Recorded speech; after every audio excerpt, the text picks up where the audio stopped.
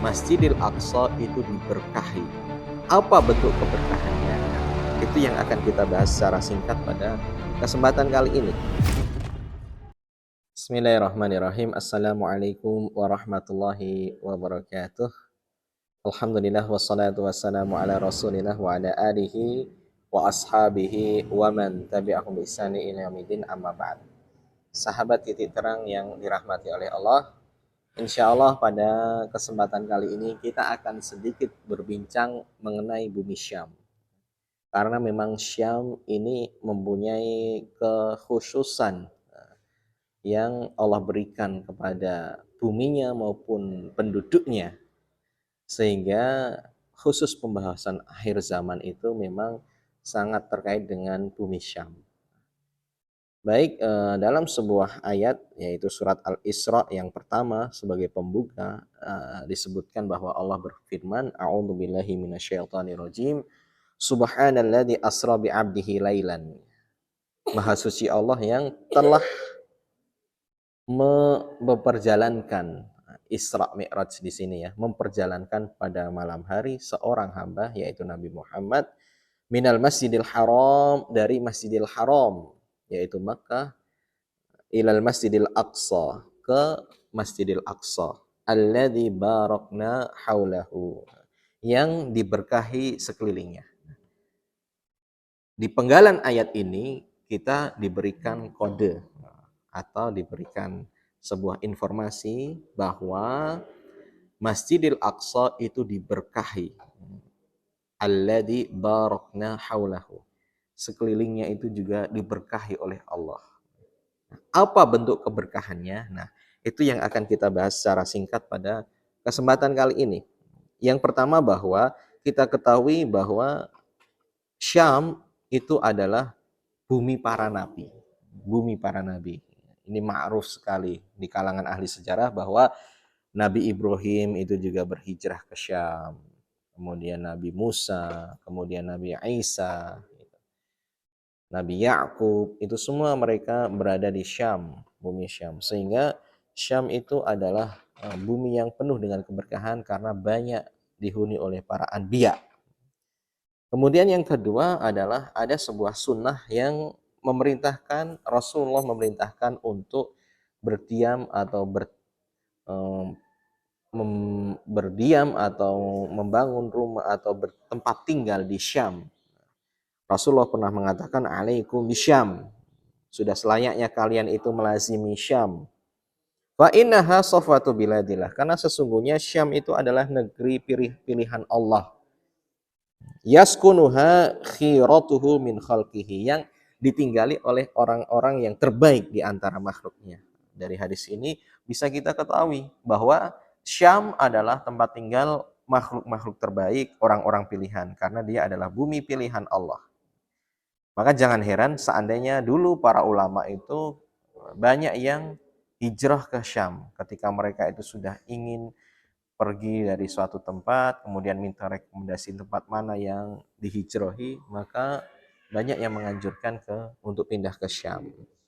Kemudian di hadis yang lain disebutkan bahwa tuba li Syam, sungguh beruntung para penduduk Syam. Faqulna li ayyi dzalika ya Rasulullah, maka para sahabat bertanya, kenapa bisa seperti itu wahai Rasulullah? Maka Rasulullah mengatakan, li annal malaikatar rahman, karena sesungguhnya malaikat Rahman basitatun ajnihataha 'alaiha. Malaikat Rahman itu senantiasa membentangkan sayapnya untuk menaungi penduduk Syam. Kemudian di hadis yang lain juga disebutkan bahwa ini sudah mulai masuk ke pembahasan akhir zaman, bahwa di Syam lah nanti akan terlahir Taifah al-Mansurah. Jadi kelompok yang ditolong oleh Allah. Di situ disebutkan bahwa sebuah hadis, la yazalu ahlul gharbi zahirina 'alal haqqi hatta taqumus sa'ah. Sesungguhnya akan senantiasa ada penduduk dari gharb, dari barat, yaitu dari Syam, yang dia itu akan senantiasa menampakkan kebenaran sampai hari kiamat datang.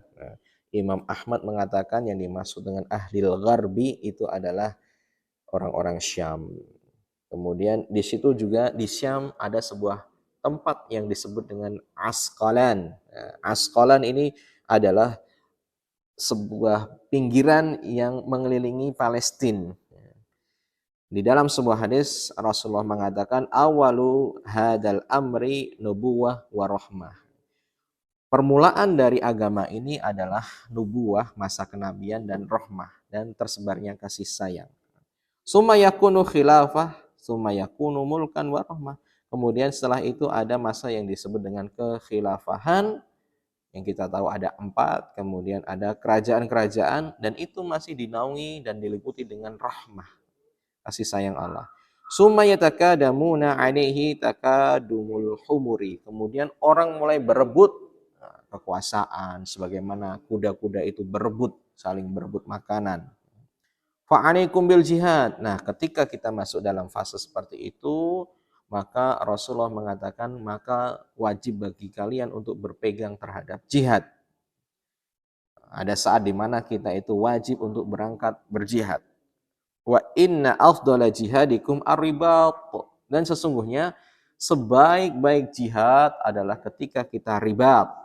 Ribat adalah berjaga di perbatasan.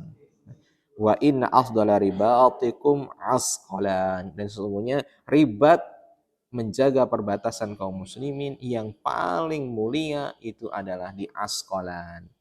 Karena ketika di bumi Palestina itu tidak akan bisa dikuasai kecuali dengan cara menaklukkan Asqalan terlebih dahulu. Kemudian yang terakhir adalah Rasulullah Shallallahu Alaihi Wasallam pernah mengisyaratkan dalam hadisnya, ini ra'aitu ka'anna amudal kitabi untuzi'a min tahti wisadati. Rasulullah pernah mengatakan bahwa saya seolah-olah melihat kitab itu diambil dari bawah bantalku. Fa'atba'tuhu basari, maka aku mengikuti pandanganku mengikutinya. Fa'idha huwa nurun sati'un umida ila Syam. Kemudian ternyata tiba-tiba ada cahaya yang mengarah ke bumi Syam. Ala wa innal iman wa ida waqa'at alfitan bisyam. Di sini Rasulullah mengatakan ala wa innal iman ida waqa'at alfitan bisyam. Ketahuilah bahwa sesungguhnya ketika fitnah itu terjadi, khususnya fitnah-fitnah akhir zaman, maka keimanan itu akan senantiasa ada, khususnya di bumi Syam. Mungkin ini yang bisa saya sampaikan mengenai keberkahan dan keutamaan afdoliyah dari bumi Syam, walaupun ada sebuah kaidah yang perlu kita camkan baik-baik bahwa innal ardal muqaddasah la tuqaddisu ahlaha. Sesungguhnya bumi yang suci tidak akan pernah mensucikan penduduknya. Wa innama yuqaddisu al-insana amaluhu. Sesungguhnya yang hanya bisa menyucikan manusia itu adalah amalannya saja. Jadi semulia apapun Syam, ketika kita menjadi penduduknya dan tidak mengindahkan syariat Allah, tidak menegakkan sunnah-sunnah Rasulullah, maka sama saja kita tidak akan bisa meraih kemuliaan. Dan dimanapun kita berada, ketika kita menegakkan syariat Allah, memuliakan sunnah-sunnah Rasulullah, niscaya kita akan menjadi mulia. Mungkin ini saja dari saya, semoga bermanfaat. Aqulu qouli hadza astaghfirullah li wa lakum. Wassalamu alaikum warahmatullahi wabarakatuh.